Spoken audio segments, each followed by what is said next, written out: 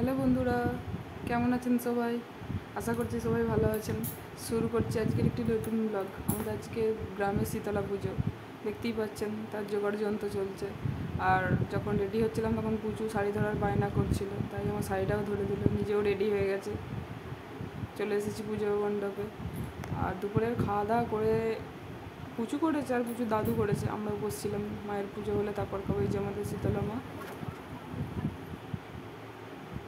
পুজো শুরু, ঢাক আসতে শুরু করেছে একে একে। ঢাকের শব্দ শুনলেই মনটা কেমন যেন নেচে ওঠে। তবে এই যে রয়েছে যে ছাগলগুলো দেখতে পাচ্ছেন না, চারপাশে ঘুরছে, এদেরকে দেখলে খুব মন খারাপ লাগে। আমি বলি একদম দেখতে পারি না, ভীষণ কষ্ট হয়। আর রক্ত দেখলে তো আমার এমনিতেই ব্লাড ফোবিয়া আছে, দেখলেই মানে কেমন ভিতরটা হয়। জানি হয়তো অনেকেরই হয় আমার মতো, কার কার হয় তো জানি না। তো আর এগুলো তো গ্রাম বাংলায় জানেন সেই বহু যুগ থেকে একইভাবে চলে আসছে। মানে আমার আপনার খারাপ লাগার উপর তো ডিপেন্ড করে না, ওরা বলি দেয়, অনেকে মানসিকও করে। কিন্তু ব্যাপারটা কার কেমন লাগে জানি না, কিন্তু আমার নিজের ভালো লাগে না। একটা প্রাণের বিনিময়ে আর একজন প্রাণ বাঁচানো কেমন যেন মনে হয় যেন ওদেরও তো রয়েছে, ওদেরও তো সমস্ত ফিলিংস রয়েছে, ওরা বুঝতে পারে, ওরা চিৎকার করে, ওদের কষ্ট আছে, তাদেরকে ওইভাবে বলি দেওয়া, তাও আবার ব্যান্ড ব্যঞ্জন বাজিয়ে।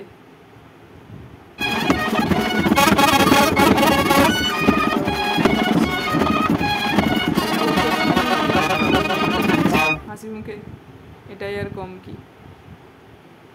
তবে আমি যখন মানে স্টুডেন্ট ছিলাম, তো তখন মানে যে স্যারের কাছে পড়তাম অঙ্ক, সেই স্যার প্রচুর মারতেন। তো যখন মানে পড়া ধরতেন স্যার, তো যখন একজনকে ধরার পর আরেকজনকে ধরতো, তো যখন না পারবো এরকম মনে হতো, তখন না মুখটা এমনিতেই চুপসে যেত। সেটা দেখে স্যার বলতেন, বলির পাঁঠার মতো লাগছে যে রে। মানে বলির পাঁঠাকে হয় না, বলির আগে অনেক কিছু খাওয়াই দাওয়াই, তারপরে প্রচুর মারে, সেরকম অনেক কিছু এরকম হাসিয়ে তারপর কোশ্চেন করে যখন না বলতে পারতাম উদম মারতো। তো বলির পাঁঠা দিতে গেলে কিছু মনে পড়ুক না পড়ুক, স্যারের এই কথাটা খুব মনে পড়ে। আর এই যে মাতালদের ডান্স, এটা তো আছেই। পুজো মানে মাতাল ডান্স ফ্রি। এই যে বিভৎস সিন, তাকাতে পারছি না। ভিডিওটা আমি করিনি, আমার করে দিয়েছিল ভিডিওটা। এখন আমি যখন ব্লগটা বানাচ্ছি তখনই আমার খারাপ লাগছে দেখতে। হ্যাঁ, বলি হয়ে যাওয়ার পরে ধুনো পুরানো হচ্ছে। অনেকের মানসিক থাকে, অনেকে এই কারণে মাথায় 2 হাতে ধুনো পোড়াই।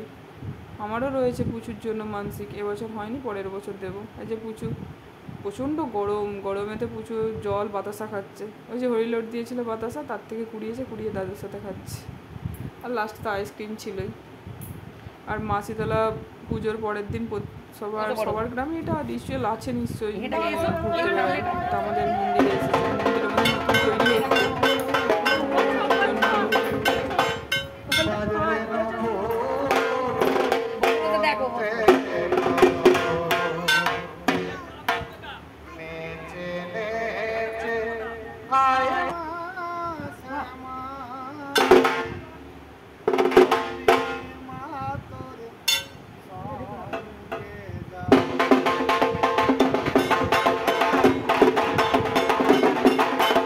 সুন্দর গাইলেন, ঢাকের সাথে গান করা এই প্রথমবার দেখলাম, নতুন এক্সপেরিমেন্ট। আর শীতলা মা তো ঘুরতে বেরোন পুজোর পরের দিন, অনেকে রাত্রে বেরোয়, যেমন আমার বাপের বাড়িতে রাত্রেই বের হয়, কিন্তু এখানে দিনের বেলা বের হয়। এখানে যে শিবের মন্দির আছে ওখানে মা থাকেন রাত্রে, সকালে বের হন। আর এটা আমাদের মন্দির নতুন হচ্ছে, কালী মন্দির, এখানে মা বসেন, মায়ের পুজো হয়, সবাই একটু রেস্ট নেন, তারপরে আবার এখান থেকে মা যান। আমাদের বাড়ির মধ্যে দিয়ে যায় ঠাকুর, এখানে থাকবে। যে এলেন আমাদের মা।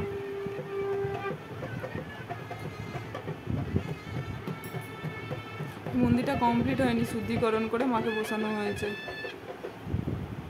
এই যে আমাদের কুচুমণি, এই যে আমাদের পা ছুঁড়ছে, চিনিকে মায়ের পায়ের ধুলো মানে শরীরে লাগানোর জন্য ওকে ছুয়ানো হয়েছে। এই যে 2 দাদা ভক্তি করে প্রণাম করে বোনিকে একটু চোখ উঠে দিল, ওদের ওইটাই কাজ, সারাদিন ওরকমই করতে থাকে বোনির সাথে। এই যে পুজো চলছে, ব্যান্ড ব্যঞ্জন। আমার তো ব্যান্ডের থেকে ব্যঞ্জন বেশি ভালো লাগে।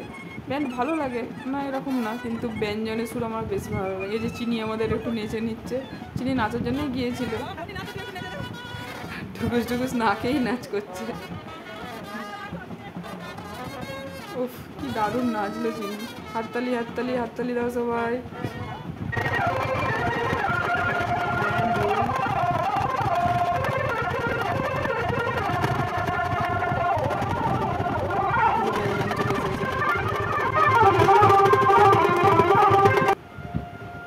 এই যে দুই দাদা, ওদের তো আইসক্রিম দেখেছে মানে মাস্ট, জীবন ঠান্ডা।